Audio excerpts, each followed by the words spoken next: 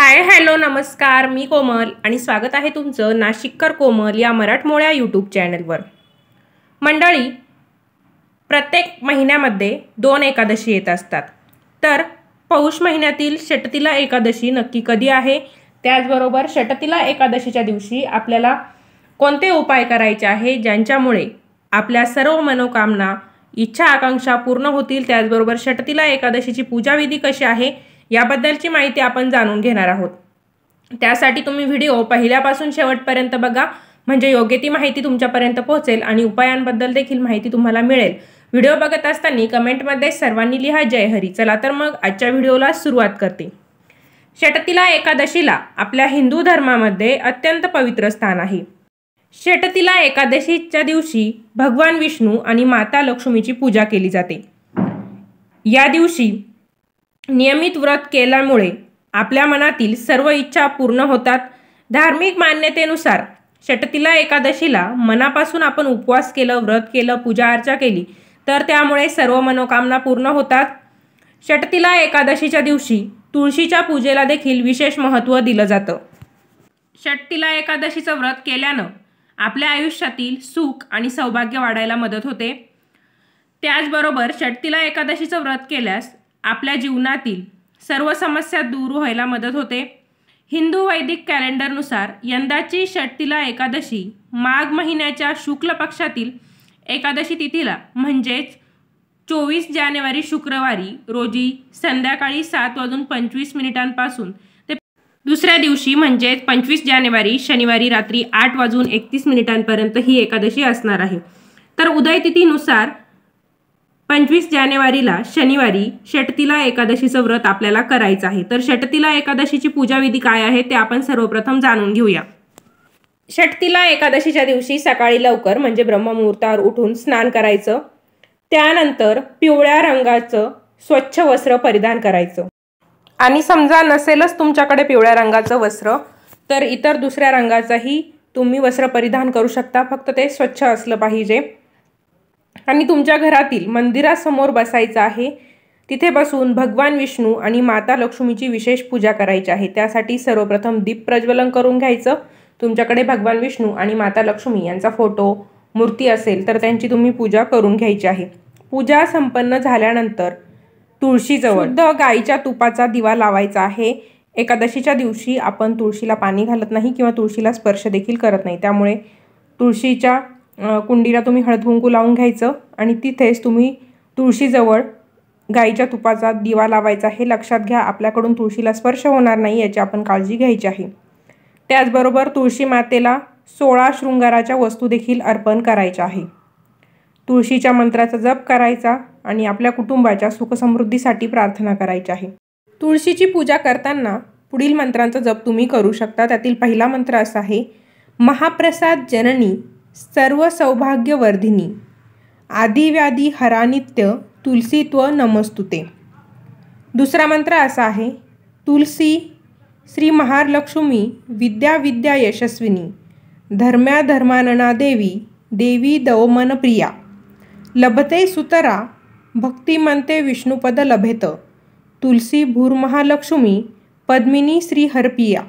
या दोनपैकी कुठल्याही एका मंत्राचा जप तुम्ही तुळशीची पूजा करताना करू शकता। त्यानंतर षटतिला एकादशीच्या दिवशी आपण काही खास उपाय करू शकतो। त्यापैकीच पहिला उपाय म्हणजे षटतिला एकादशी व्रताच्या दिवशी अंघोळीच्या पाण्यात तीळ टाकून स्नान करायचं आहे।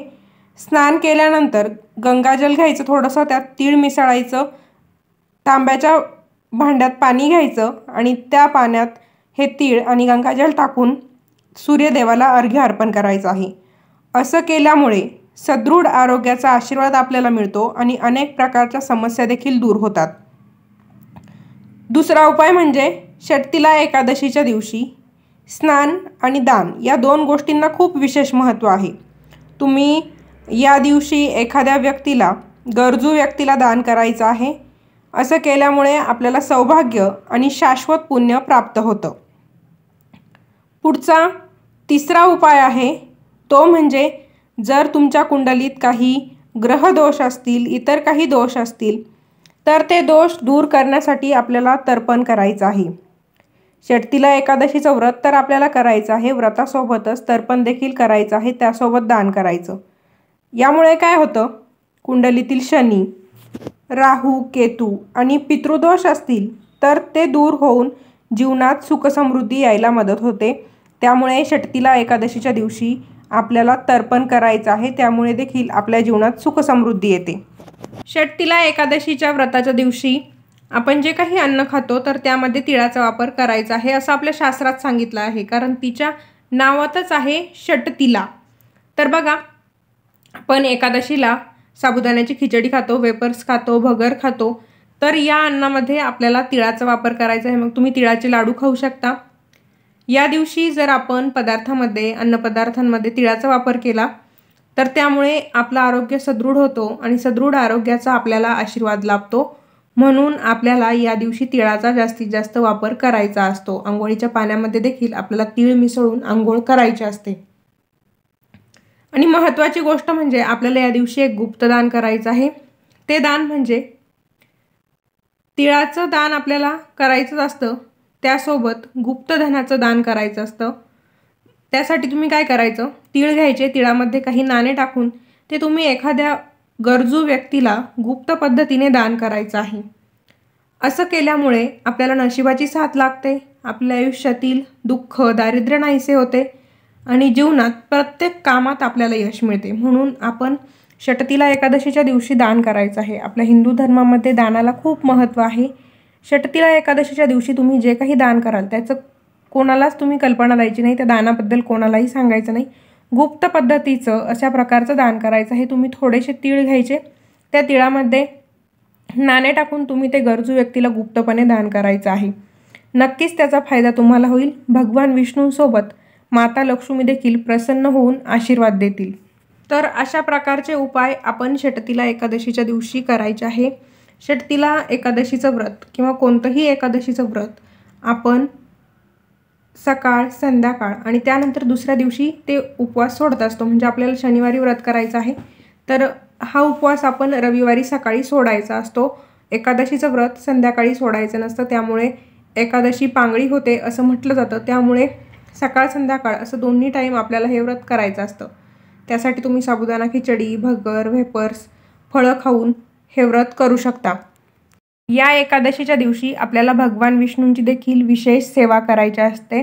त्यासाठी तुम्ही श्रीकृष्ण गोविंद हरे मुरारे हे नाथ नारायण वासुदेवा या मंत्राचा देखील जप करू शकता, त्यामुळे देखील भगवान विष्णू प्रसन्न होतील।